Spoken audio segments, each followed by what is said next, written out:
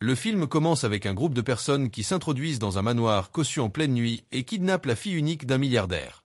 En réalité, ces ravisseurs, bien que travaillant en parfaite harmonie, étaient de parfaits inconnus les uns des autres. Ils ne connaissaient même pas leur nom. Réunis par la cupidité et liés par le profit, ils avaient prévu de se disperser dès qu'ils auraient reçu leur rançon de 50 millions de dollars. Une fois l'accord conclu, ils effaceraient cette nuit de leur mémoire. Le point de chute était une villa isolée. Le cerveau de l'opération ne s'est jamais présenté, envoyant simplement un majordome pour négocier. Le majordome a déclaré que la demande de rançon prendrait au moins 24 heures pour être traitée. Jusque-là, il devait surveiller la jeune fille avec soin et ne pas quitter la villa, même pas un instant. De plus, il devait respecter 3 règles strictes. Il ne pouvait jamais révéler leur vrai nom, ne jamais s'enquérir de l'identité de la jeune fille et ne jamais être curieux de la véritable identité du cerveau. Tant qu'ils suivaient ces 3 règles, ils recevraient leur paiement une fois le délai écoulé.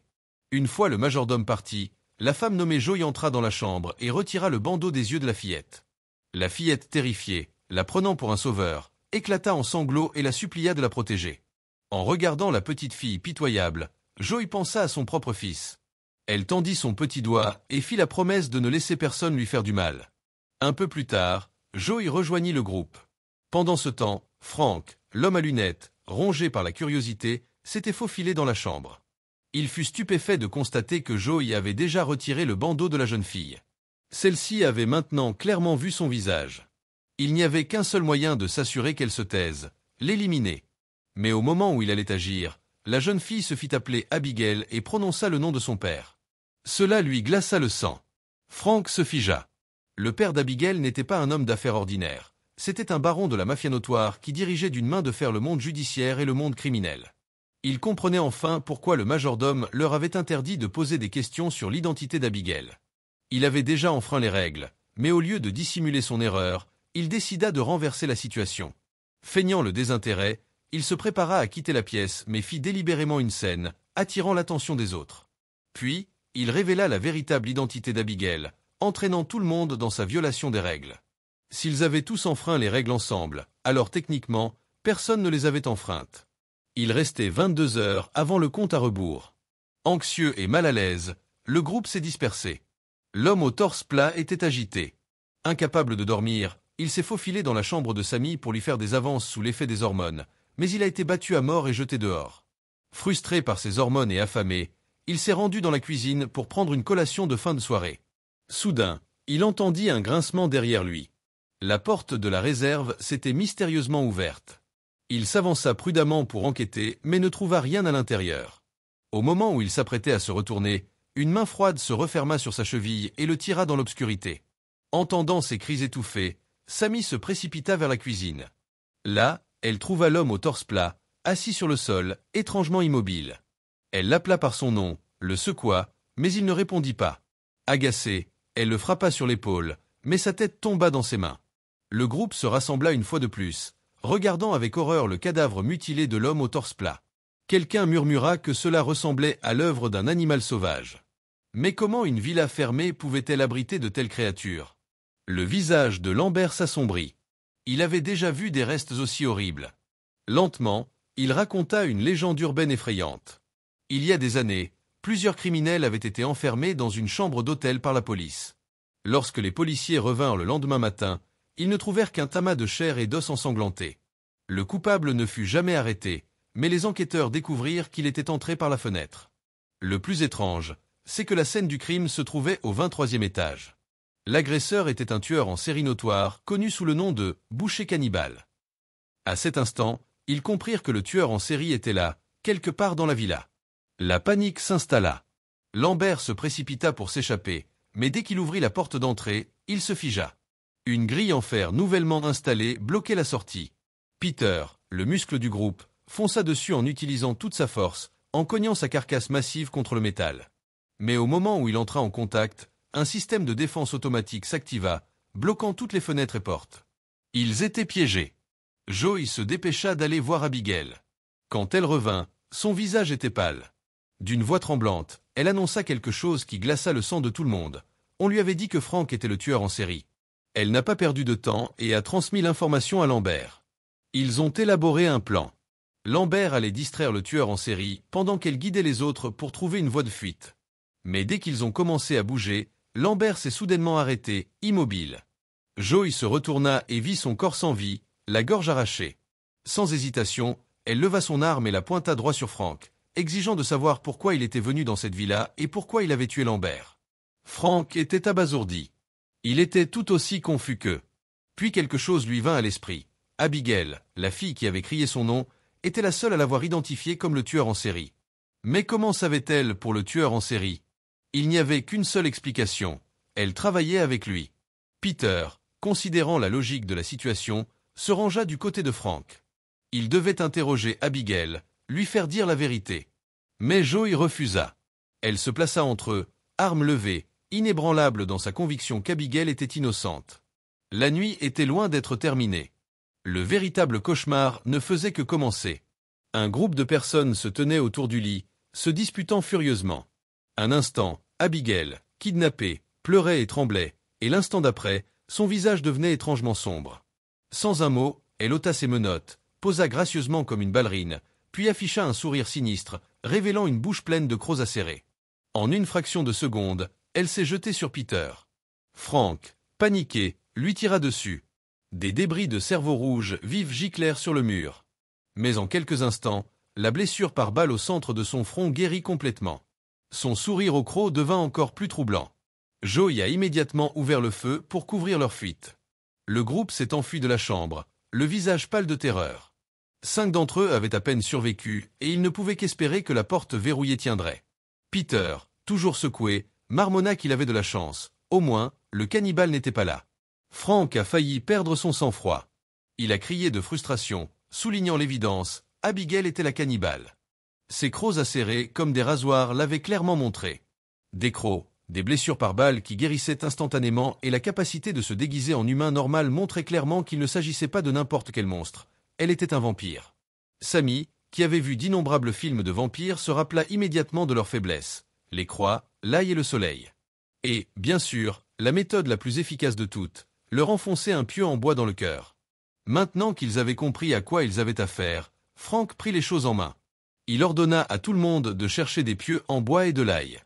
Joey objecta. Elle pensait que seul le vampire savait comment s'échapper de la villa, alors au lieu de la tuer, il devrait la capturer vivante. Frank ignora complètement son puant et fit irruption dans la chambre avec 2 autres personnes, mais le vampire était déjà parti. Puis, au loin, une mélodie envoûtante emplit l'air. C'était le son d'un spectacle de ballet.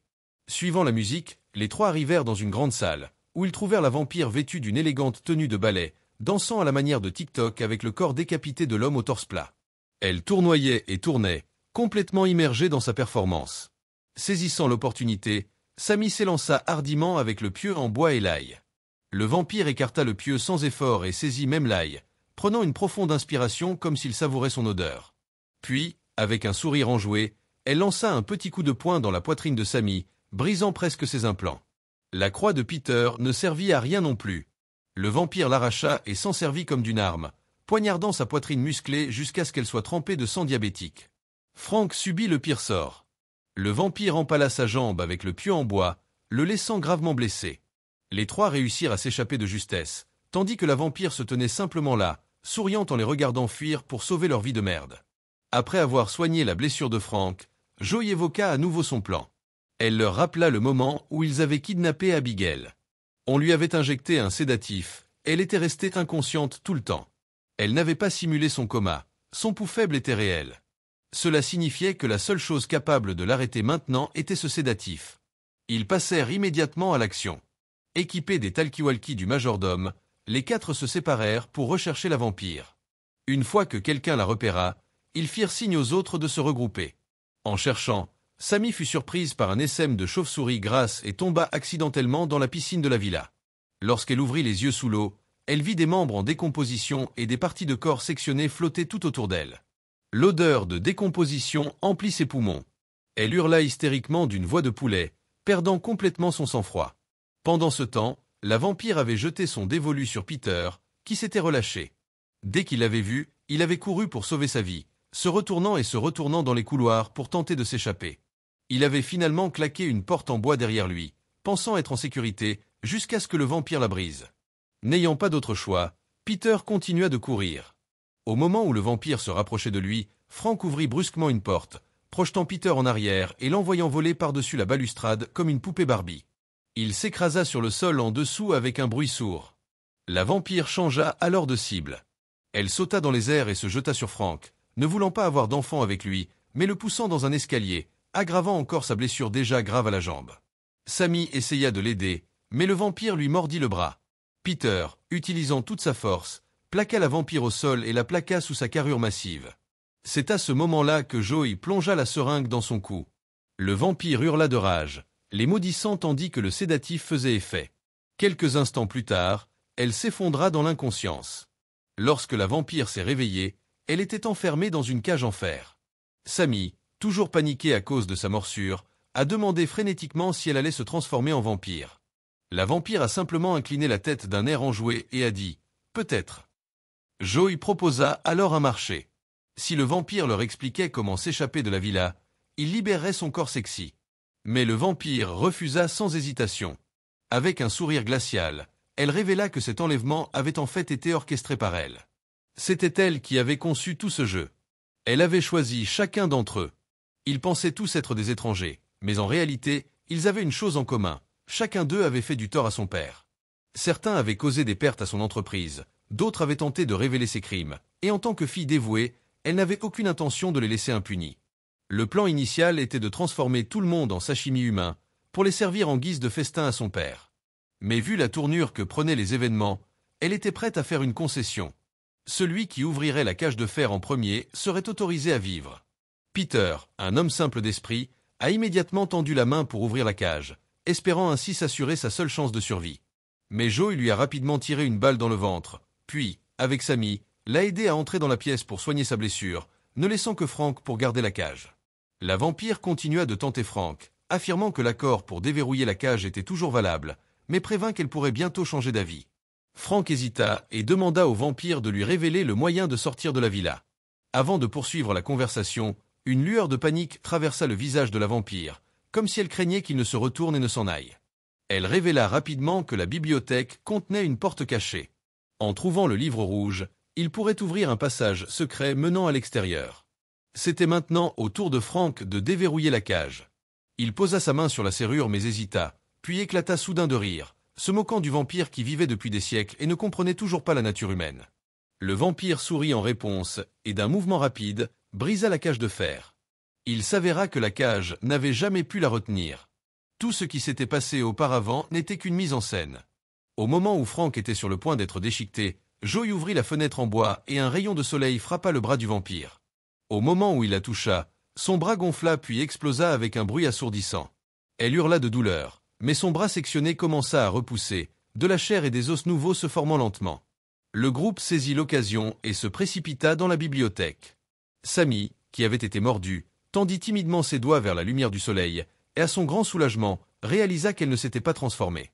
Frank trouva rapidement le livre rouge, mais dès qu'il le saisit, il découvrit que le vampire avait menti. Il n'y avait pas de passage secret.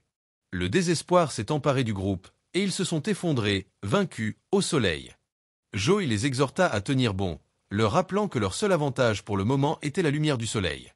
Une fois la nuit tombée, ils seraient complètement vulnérables. Contrairement aux vampires, les humains ont des liens émotionnels, des raisons de vivre. Pour Joey, la raison de sa survie était son fils, qu'elle n'avait pas vu depuis des années.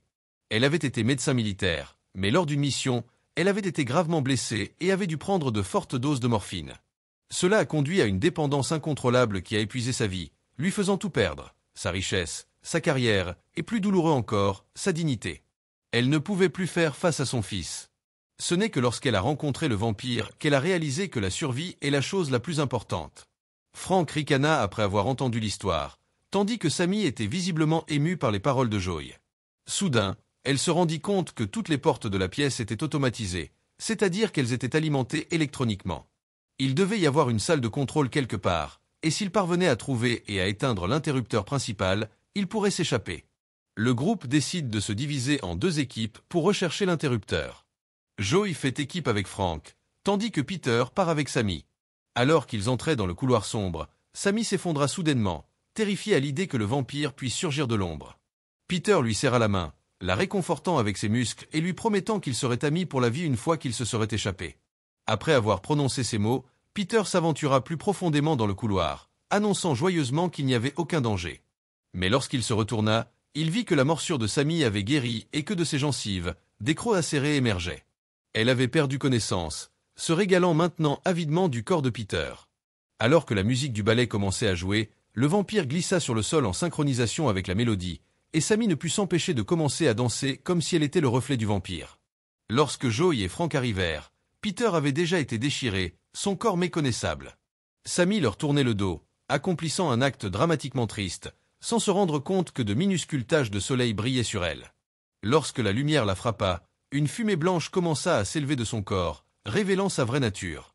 Joey cria aux autres de courir, attrapa Frank et le tira dans un petit bureau. Leur seul abri était la petite tache de soleil sur le sol. Sammy les suivit et, avec un air résigné, elle dit d'une voix de vampire qu'elle détestait cette pièce. C'était là que son père l'avait transformée. Profitant de l'instant où Sammy était distraite, Joey souleva rapidement un plateau en métal pour refléter la lumière du soleil. Le rayon de lumière frappa le corps graisseux de Sammy, et en un instant, elle explosa comme un ballon d'eau crevé. Alors qu'ils se tenaient là, stupéfaits, la porte cachée s'ouvrit automatiquement. Ils hésitèrent, soupçonnant qu'il s'agissait peut-être d'un piège, mais n'ayant pas d'autre choix, ils entrèrent courageusement à l'intérieur. La bonne nouvelle était qu'il y avait effectivement un passage secret, et au bout de celui-ci, ils trouvèrent la salle de contrôle. La mauvaise nouvelle était que le majordome se tenait juste devant eux. Et lui aussi était un vampire. Le majordome tendit la main et attrapa Joey, l'étranglant jusqu'à ce qu'elle perde connaissance, puis la jeta avec dédain au sol. Cependant, il n'a pas attaqué Frank. Au lieu de cela, il l'a invité à rejoindre le clan des vampires. Ensemble, ils pourraient tuer Abigail et son père, s'emparer de la fortune d'1 milliard de dollars et devenir l'élite puissante et riche. Frank jeta immédiatement le pieu en bois et, inclinant la tête avec empressement, accepta la transformation. Le majordome enfonça ses crocs dans sa chair, puis força un peu de son sang diabétique dans la bouche de Frank. Le sang du vampire s'écoula dans son corps comme un être vivant, s'infiltrant dans sa gorge jusqu'à ses organes. La transformation fut atroce, mais une fois terminée, ses blessures guérirent instantanément, et une vague irrésistible de puissance immense le traversa. Le majordome s'avança lentement vers Joey, se préparant à apprendre personnellement à Frank comment se nourrir. Mais de façon inattendue, Frank a attaqué par derrière, enfonçant un pieu en bois dans son cœur, le faisant exploser sur place. Joey réalisa que Frank était une personne vile et méprisable et savait qu'elle serait également bientôt la proie de ses crocs. Juste à ce moment-là, Abigail est apparue, sautant en avant pour combattre Frank. Malheureusement, la différence de force était trop grande. Abigail était retenue par son emprise, incapable de bouger, forcée de supporter tandis qu'il lui mordait lentement le cou.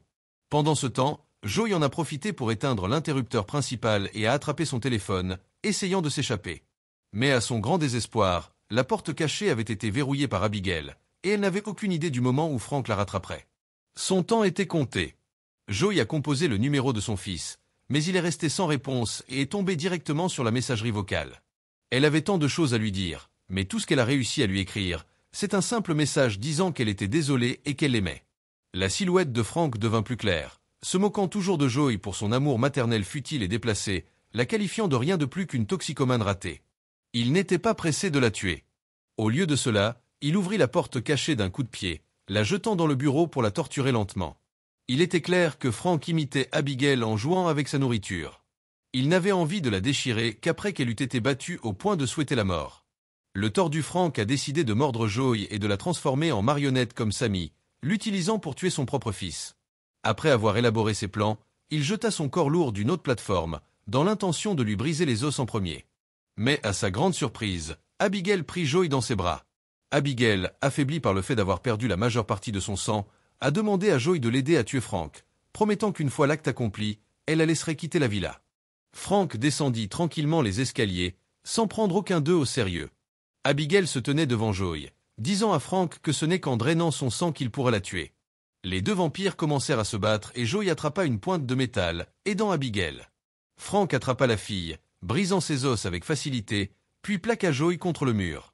Abigail guérit rapidement ses os brisés et, usant de son agilité, mit de la distance entre elle et Frank.